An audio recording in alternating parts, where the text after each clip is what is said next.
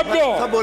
बैठिए बैठिए, आपसे कहा है हम ही पिलाएंगे जल आपको, हम पिलाएंगे जल। आपको क्या हो गया? हम जहाँ युवाओं को सुरक्षित भविष्य एवं उनके रोजगार के लिए बता देंगे। माननीय अध्यक्ष जी, हम सदन में बैठते हैं, हम सदन में बैठते हैं, जनता की अपेक्षाओं पर खरा उतरने की बात भी हम करते हैं। जहां बात आती है युवाओं की बात भी करते हैं। युवाओं को ये होना चाहिए, युवाओं को ये होना चाहिए, युवाओं को ये करना चाहिए। अध्यक्ष जी, आपके माध्यम से मैं कहना चाहता हूं कि हम युवाओं को सुरक्षित भविष्य एवं उनके रोजगार के लिए चिंतित हैं। वहीं दूसरी ओर विपक्ष के माननीय सदस्य इस दिशा में सहयोग देने के बजाय भ्रम फैलाने की राजनीति ये कहकर कर रहे हैं कि 1 साल में 1 लाख लोगों की भर्ती पर कैसे रोजगार देंगे।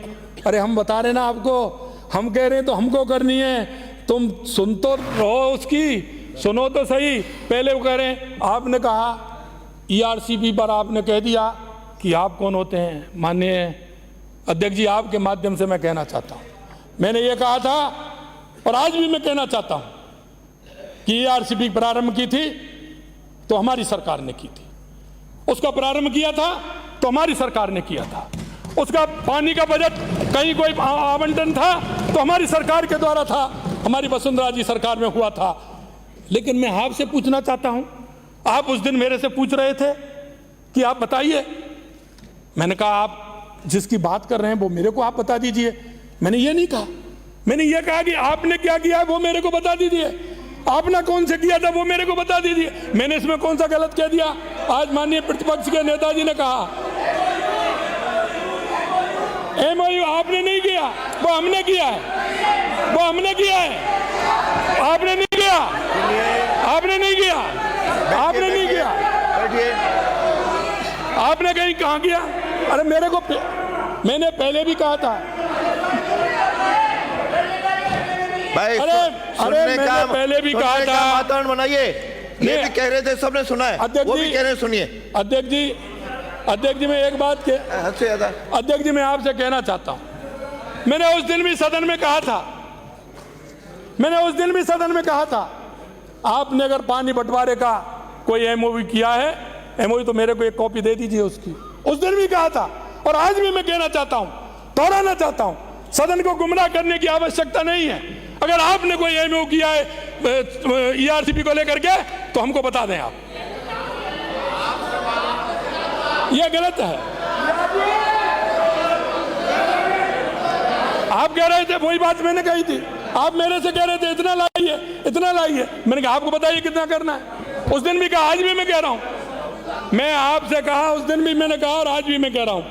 माननीय अध्यक्ष जी, ये हमेशा भ्रम फैलाने का काम करते हैं और मैं आपसे कहना चाहता हूं कि 1 साल में 1 लाख की भर्ती आप कैसे रोजगार देंगे। अध्यक्ष महोदय, मैं आपके माध्यम से सदन को अवगत कराना चाहूंगा कि हम जो कहते हैं वो करके दिखाते हैं। हम युवाओं को रोजगार देने के लिए प्रतिबद्ध हैं। मैं हमारे चिंतित सदस्यों को इस वर्ष समयबद्ध रूप से की जाने वाली कुछ भर्तियों का उदाहरण देना चाहता हूं और कुछ भर्तियों का आगे आपको उदाहरण मिल जाएगा। आप चिंता मत करिए, जो जनता से हमने एक वायदा किया है उसको हम पूरा करेंगे, ये हम सदन को विश्वास दिलाते हैं। माननीय अध्यक्ष जी, 4197 कनिष्ठ लिपिक दिनांक 13 फरवरी 2024 को निकाली हमने, ये भैया नोट करते जाए। 2500 हम हमारे पास तो है ही, मैं प्रतिपक्ष के नेताजी से कह रहा हूं, 2500 कनिष्ठ अनुदेशक कौशल एवं रोजगार विभाग 11 मार्च 2024, 1000 चिकित्सा शिक्षक विज्ञापन 6 मार्च 2024, 25 जनवरी 2024 से 6 मार्च, ये मैं आपको बता रहा हूं। 3415 सूचना सहायक, 5934 पशु परिचर, 24,797 सफाई कर्मचारी। माननीय अध्यक्ष जी, अध्यक्ष महोदय, मैं आपके माध्यम से सदन को अवगत कराना चाहूंगा कि हम हमारे कार्यकाल में इसी अल्प अवधि में 45,000 से अधिक पदों के लिए भर्तियों के विज्ञापन प्रकाशित कर चुके हैं। तथा इसी अवधि में 20,000 युवाओं को सरकारी नौकरी प्राप्त भी हो चुकी है। मैं यहाँ पर अपने विपक्ष के साथियों को यह भी याद दिलाना चाहूँगा कि इनमें से कुछ भर्तियां वे भी हैं जिनकी हवाई घोषणाएं तो उनकी सरकार ने की थी, लेकिन युवाओं के हित में एवं सरकारी कार्यालयों की दक्षता बढ़ाने के लिए अमली जामा उसको हम पहनाने का काम कर रहे हैं। अब ये कहते हैं ये तो हमारे हैं। अरे हमने आपसे मना किया था क्या? हमने आपको मना किया क्या? आप समय से निकालते, समय से भर्ती कहते आपके खाते में जाएंगी। कौन मना कर रहा है? हम कह रहे हैं आपको, हमने जगह निकाली है, समय से भरेंगे। युवाओं को जो सपने युवाओं ने देखे उनके सपनों को पूरा करेंगे। मैं आपसे कहना चाहता हूं, जब नाव जल में छोड़ दी, अध्यक्ष जी, जब नाव जल में छोड़ दी, तूफान में ही मोड़ दी, दे दी चुनौती सिंध को, फिर पार क्या मझधार का।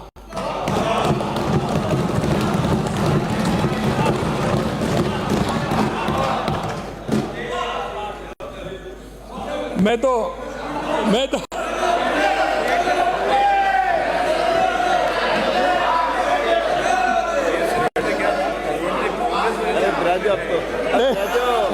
ऐसा है, आप जब मेरे से बात करते हैं, अरे श्रवण, माननीय सदस्य ब्राजो, माननीय सदस्य, अरे आप चिंता क्यों कर रहे हैं? मैंने कहा ना आपको पानी हम ही पिलाएंगे। बार खड़े मत हो, एक बार हो गए, दो बार हो गए, बैठिए। अध्यक्ष जी ये कहेंगे सदस्य आपको जल पिलाने का काम हम ही करेंगे, पानी तो वो पिलाएंगे आपको।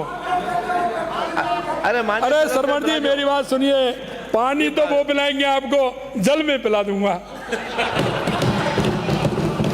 अरे बैठो, बात हो गया। अरे भाई हो गया, एक बार दो बार, माननीय अध्यक्ष जी, खड़े हो गए। माननीय अध्यक्ष जी, नहीं होता।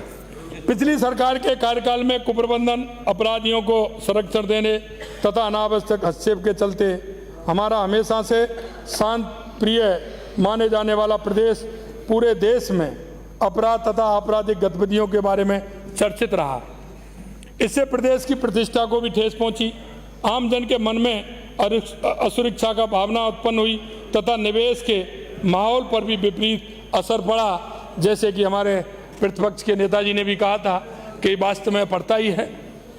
मैंने प्रदेश की बागडोर संभालते ही पुलिस दल को न सिर्फ कानून व्यवस्था बनाए रखने के लिए सख्त हिदायत दी, वरन उन्हें बिना किसी दबाव के निडर होकर कार्य करने के लिए भी समय समय पर प्रोत्साहित किया। जहां हमने SIT का गठन कर पेपर लीक अपराधियों के सलाखों के पीछे पहुंचाया, वहीं प्रदेश की कानून व्यवस्था की स्थिति पर भी निगरानी बढ़ा दी है। मैं आ रहा हूं, आपके क्वेश्चन पे आ रहा हूं, चिंता मत करिए। नेता प्रतिपक्ष ने भी ठीक ही कहा है कि अभी छोटी छोटी मछलियां पकड़ी हैं। माननीय प्रतिपक्ष के नेताजी ने कहा था कि अभी छोटी छोटी मछलियां पकड़ी हैं, बड़े मगरमच्छ तो अभी बाहर हैं। अध्यक्ष महोदय, मैं कहना चाहूंगा कि ये बिल्कुल चिंता ना करें, बिल्कुल चिंता ना करें। छोटी मछलियों के लिए इनका जाल छोटा पड़ गया था, लेकिन मैं ब्रजभूमि से आता हूं और मेरी सुदर्शन चक्रधारी बंसी वाले में अटूट आस्था भी है। और आपको पता है इनका जाल